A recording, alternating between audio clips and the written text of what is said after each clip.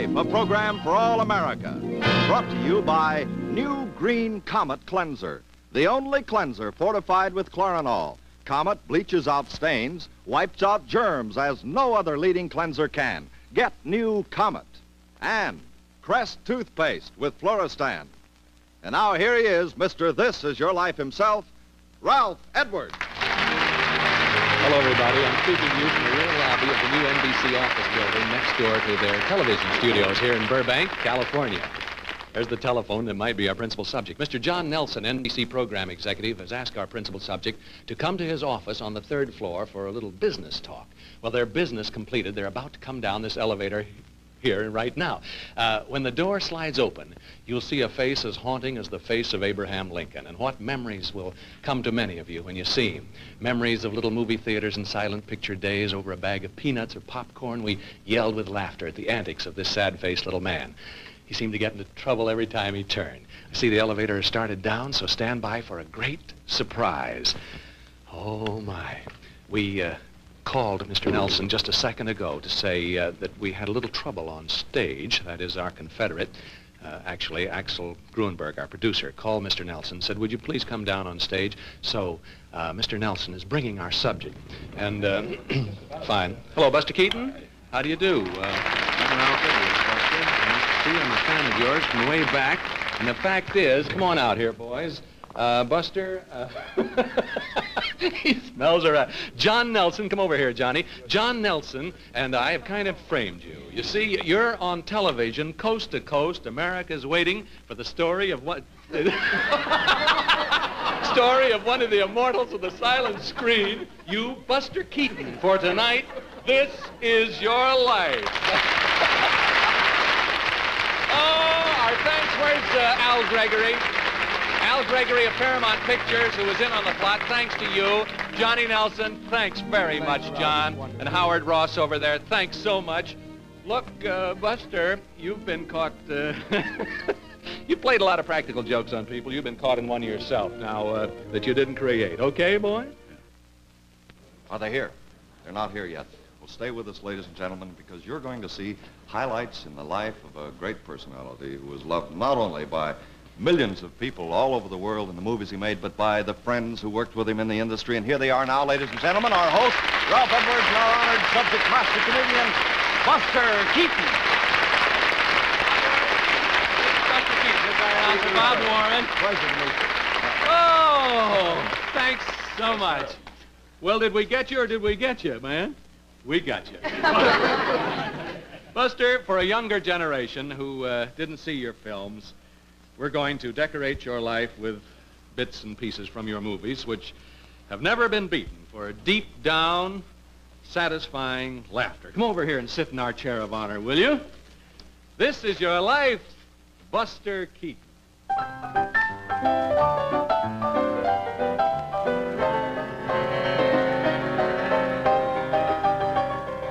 Here's one over here, Buster, you can look at. Over here. Listen.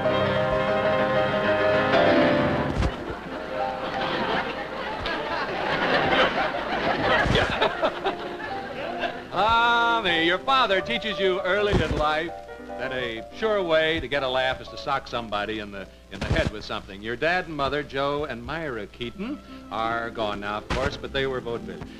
They're on the road in Kansas when you're born. What kind of a show were they in at that time, Buster?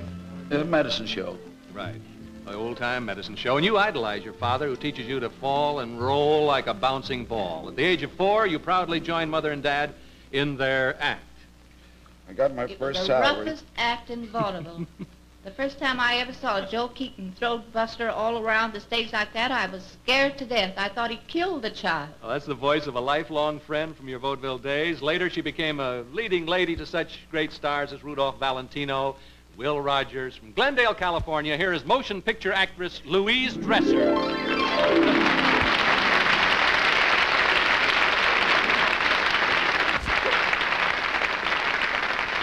What part did Buster play in the act of the three Keatons, Louise Dresser? Well, he played the part of a very bad little boy. Now, don't you cry. You had me cry. It's a thrill to see these two wonderful people here together. My goodness, Louise Dresser, what memories.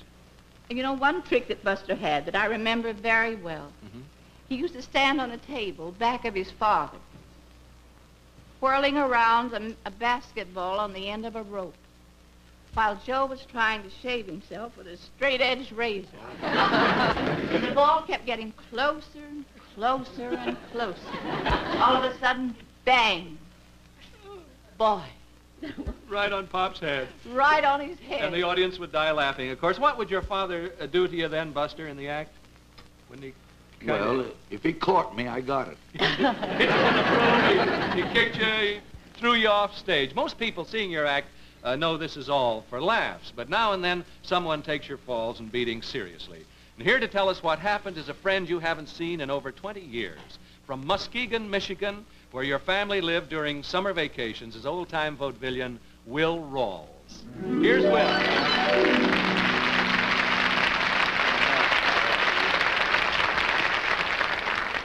It's been a little while since you've seen this fella, hasn't it there? I guess Buster was almost too good at those falls and pantomime injuries. Is that so, Mr. Rawls? Yes, he was quite often, the parents were quite often arrested, thinking that they were mistreating him.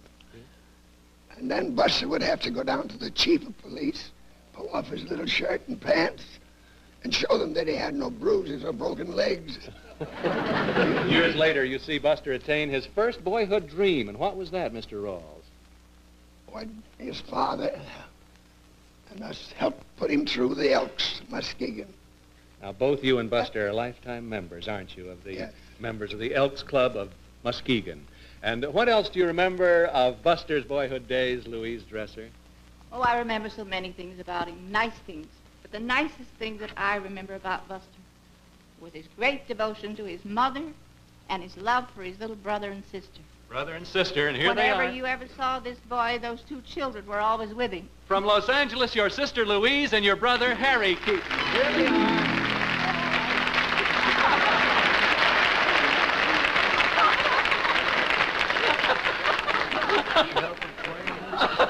What? Of course she helped frame you. The whole family was in.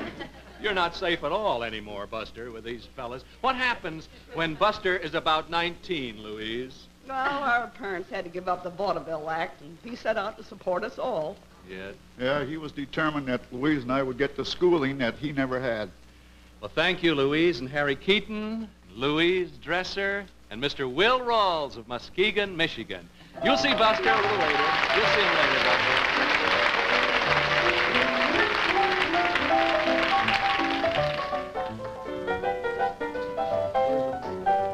Where's the makeup man? He's not dressed. It was Roscoe Fatty Arbuckle who first offers you a part in his screen comedies. You feel right at home because you got hit with something the first scene you played, didn't you, Buster? Yep. What was it with? With Fatty? Wasn't it a sack of flour? Yeah, a sack of flour, about 3 pounds, and tied off tight, so there was no air in the package. Real rock. And I said, how am I going to keep from flinching? He says, look away from me. When I say turn, it'll be there. And it was, and you did He put my head where my feet were. You show such great talent that after your return, of course, you couldn't help but show talent on a hit like that. But after your return from fighting in France in 1918, you're offered a chance to star in your own comedies. No movie actor ever had a faster rise to stardom than Buster. In less than 2 years, he was famous all over the A world. voice to awaken memories, Buster. He was the director of many of your earliest comedies. Now an executive with Spike Jones' staff. Here's your old friend, Mr. Eddie Klein.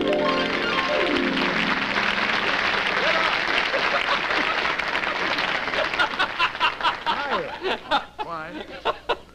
As a young man, you worked for... Right here, rehearsing. You worked for Buster Keaton. Jones?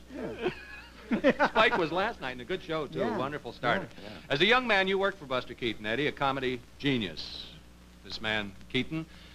Did he keep you and the crew laughing all the time? Well, we always had a wonderful time because this guy was always pulling jokes on us. Mrs. Darrell Zanuck was his leading lady at the time. What was her name then? Virginia Fox. Yeah. You remember? There was a scene in one of the movies where she was supposed to fall and catch fire clothes on a moose head. Yeah. This guy says, put her up there and leave her there. We put her up. Then he yelled, lunch.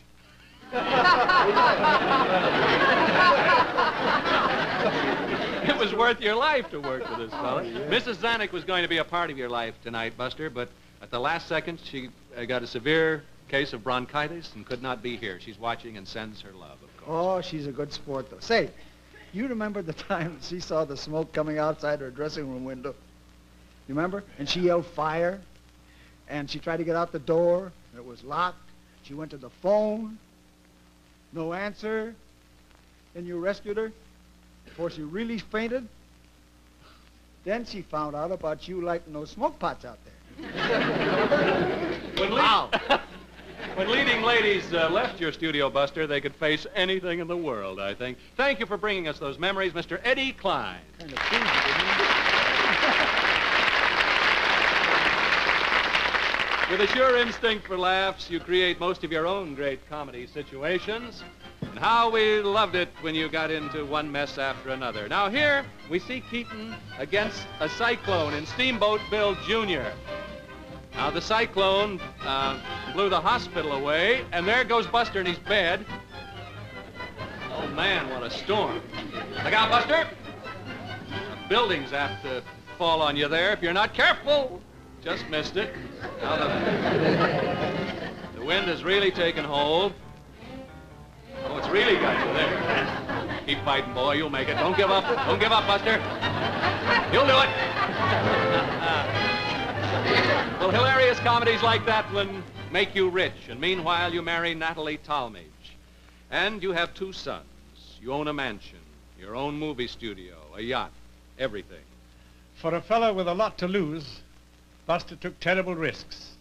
In the most dangerous scenes, he would never use a double. Well, that's the voice of one of your directors. In the 1920s, he went on to become one of the best-known and best-loved character actors of all time. One of Hollywood's leading citizens, ladies and gentlemen. Here's Mr. Donald Crisp. I remember you distinctly.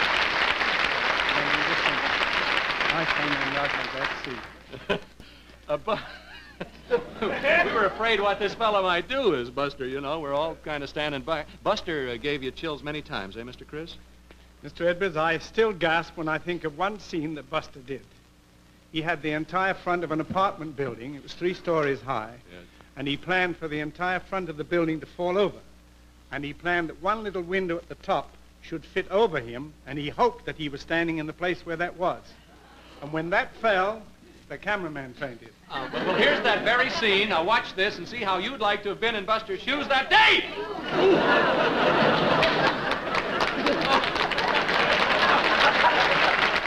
How do you feel today seeing it, Buster? Would you do it again? Oh, No. man. No. Now here's another scene we'll never forget. Now, this is you, Buster. If you remember, I directed a picture with you called The Navigator. This is you under the water. And that day, someone had neglected to put the piano wire on the top of your diver's helmet. And you had jumped over the side of an ocean liner in about 150 feet of water with only the telephone connection on your helmet. And if it hadn't been for that one small wire, we'd have lost one of the kindest men I ever knew in my life. This man gave away his salary about every week. That's true, young man. Thank you, Donald Crisp, for memories of days when Buster Keaton was the talk of Hollywood for his daredevil courage and his kind heart. As Mr. Crisp said, Hollywood would have lost one of its kindest gentlemen. Ahead of us, Buster Keaton, is a time when you nearly lose your famous sense of humor. Life smashes you to the ground. And how you pick up the pieces and go on, we'll find out in just a moment. You're ready for a little relaxation here, aren't you? Sit down. Sit back. Take it easy, Buster. First, let's turn our attention to this important message from Press. Timber, timber.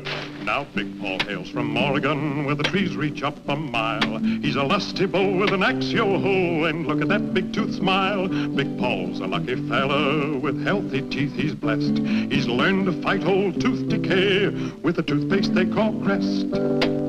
Big Paul's wise. You be wise, too, 'cause chances are you've got soft spots in your teeth.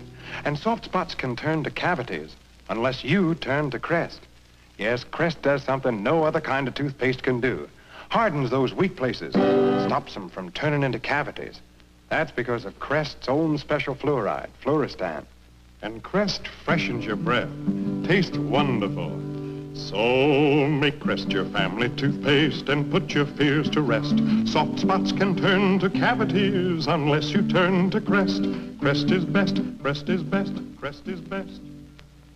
Thank you, and back to This Is Your Life. Buster Keaton, great comedian of the golden age of comedy. And here's a scene, Buster, where you're a freshman being tossed in a blanket by your fellow students. There you go. Now watch the lady there. How were you to know she was getting dressed, you know? Look out, Buster. Yeah! Oh! Well, that scene ends in a funny fall. Here in the 1930s, ranking in world acclaim with Chaplin and Harold Lloyd, it seems you can never fall. You even surmount the move to sound movies. But then comes a shock, the breakup of your marriage. With almost all your money gone, you spend a period when you just don't care. And what about your picture career, Buster? What happens to it and why at that time? Well, it just came to a stop. For years, you kind of fight things within yourself, in a way, conquering only when you realize that maybe your athlete's body is at stake.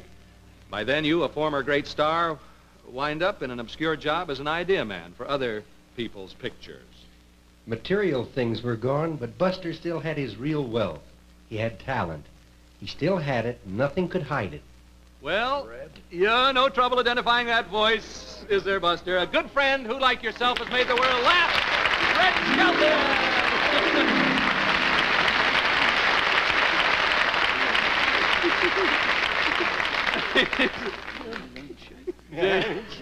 Did Buster contribute ideas for your comedy pictures at MGM, Red? He most certainly did, but Buster was so modest that I never knew that he was the one that was writing all these wonderful scenes and things that I was doing in the pictures. I remember one picture, Watch the Birdie, where I was a cameraman. Yeah. And I want to get a newsreel shot, so I see this fire truck coming.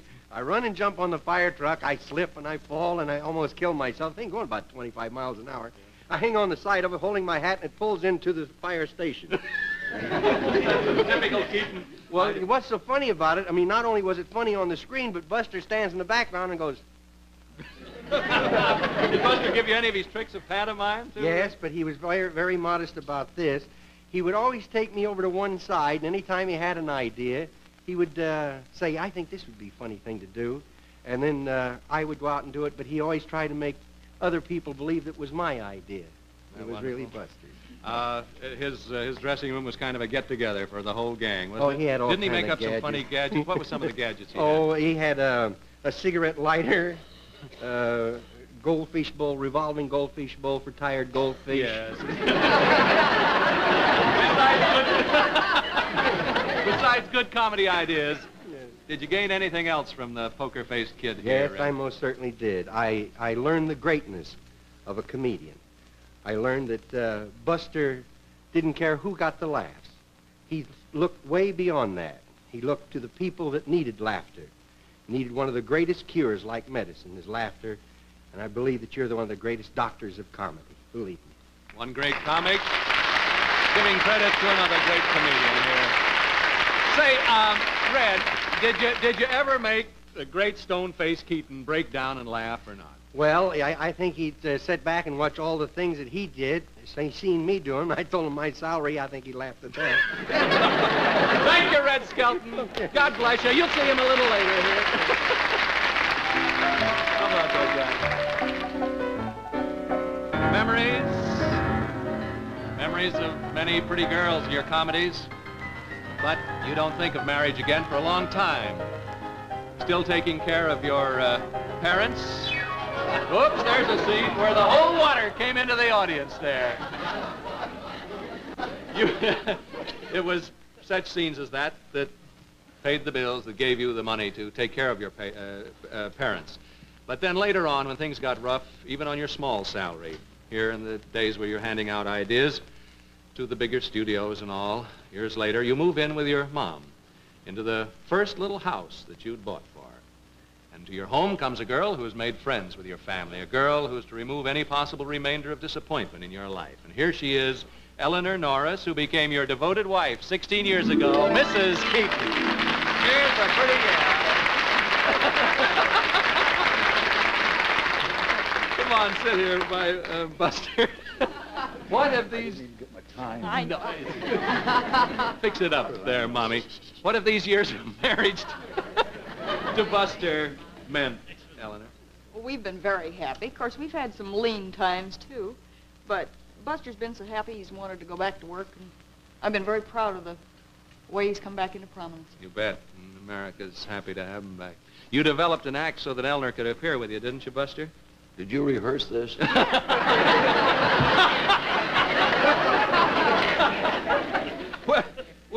Where have we sit around and talk what we're going to say, you know. Sometimes it comes out a little different, like when you get Skelton out here or someone, you know. As a matter of fact, when Red came on, he scared me to death. He says, it's all, just before I went out to surprise, he says, don't worry, we're going to have the whole gang out there singing for He's a Jolly Good Fellow. Where have you and your wife appeared with your act, Buster? With you and Eleanor? In Europe. Mostly in Europe. You bet. And you become a very popular guest star on television. Here in America again? I've done a few of those. You yes. sure have, and great. But in 1955, bad luck strikes again. What happens then, Miss Keaton? Well, he broke some blood vessels in his neck, and for about 5 days, they didn't give him much chance of saving his life. Yes, the plot of your life moves toward another dramatic moment. Many times in Buster's films, the hero was saved at the last minute. And by golly, if the very same thing didn't happen in real life for Buster. Well, you recognize that voice, Buster? One of television and motion pictures' most versatile and popular stars. Here's your good friend, Donald O'Connor.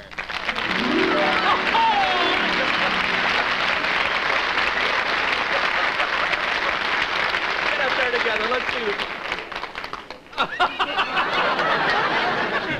What was this dramatic? I'll tell you why he's dressed up like this in a moment if you don't know. What was this? What? And go. Oh! Well, there goes our time. You know, we're good for about 2 hours. Skelton, you stay back there. What was this dramatic event when Buster was so very ill, Donald? Well, Paramount was considering doing Buster's life story. Yes. And at this time, he needed a boost and everything. And he was in the hospital, and Paramount called Mrs. Keaton, and then Buster found out about this, and when he also found out how much money they were going to give him, well, he got well in a hurry. And you, Donald O'Connor, are playing Buster Keaton in Paramount's great picture, soon to be seen, The Buster Keaton Story, and I know all America is going to see The Buster Keaton Story when it comes out. What about this story, Donald? Well, Buster, all I can say is, and sincerely and from the bottom of my heart, it was a great thrill for me to play your life story. I'm very happy that you consented, because you've made me a very proud person, particularly just to know you. Thank you. Thank you, Donald O'Connor. Thank you. Well, completing this reunion of those nearest to you, here are your 2 sons. From Reno, Nevada, your son Bob. From Los Angeles, Jim. Here's Bob. And here's Jim. Bob, you're a builder in Reno. What do you say about this dad of yours? Oh, he's always been a great guy to us, Ralph. Wonderful. Jim, you're in the publicity division of 20th Century Fox. What did your father do with the loot he got from his life story? Oh, he bought a home and some land in the valley. He's raising some chickens and vegetables, Ralph, and he's as happy as he can be. Right? Right. Thank you, Bob. Thank you, Jim. The little man who never smiled has found a lot to smile about. Millions of people around the globe to whom you gave the blessing, the fun, and the relaxation of happy laughter, join me in saying thank you. This is your life. Gifted comedian, Buster Keaton. Now, in a moment, we'll look ahead and review your future, Buster. Well, your future starts tonight, Buster Keaton, and the scene will be a gala party in your honor at the Hollywood Roosevelt Hotel, where your out-of-town friends have been staying. Red Skelton, you have your own room, don't you, Red? Yes. You'll have a 16-millimeter film of tonight's program. I need one. I mean the room. And this 16-millimeter Bell & Howell projector and a Bell & Howell movie camera. For Mrs. Keaton, Eleanor Crest has asked Marshall Jewelers, New York, to design this gold charm bracelet. With each charm holding a memory you both share, Marshall also has designed cufflinks and this money clip for you, Buster. We know your loyalty and affection for the Elks of Muskegon, Michigan, Buster, where you're a lifetime member. So for the Elks Lodge there and your buddies who love you, remember you, Crest will deliver this magnificent Magnavox color television set. A masterpiece of beauty, performance, and design because it's a Magnavox. The Buster Keaton comedies made valuable contributions to the forward march of the motion picture industry. So, on Lillian Way in Hollywood, at the exact site of the old Buster Keaton studios, Crest will have installed a bronze medallion to mark that spot for all time to come in your honor. And today, Buster, you're still active in movies and television, but the happiest hours are spent raising chickens and vegetables on your small piece of land there, San Fernando Valley. Now, I hear you've been longing for a small tractor to take some of the backache out of the hoeing and cultivating. Is that right? Well, Crest is putting you in the driver's seat of a wheel horse right away, the fun workyard tractor that will let you breeze through your work in the garden there. We know you'll have a whale of a time with this little beauty and the attachments if you wanted the cultivator, the plow, and the rotary mower. Well, this is your life, Buster Keaton. You gave the world the sunshine of laughter. Better still, through good luck and bad luck, you were able to laugh at yourself and at the comedy of life. Keep on making us laugh, Buster, and God bless you. Good night. Thank you. Our guests were flown here by TWA, Trans World Airlines. You now fly the newest and most luxurious airplane in the skies. Fly the finest. Fly TWA Jetstream service. Next week, we bring you again that moving story of a young minister who went to war. Colonel Dean Hess. I'm sure you'll all want to see those wonderful Korean War orphans again. So we'll see you next week. This Is Your Life has been presented by Procter.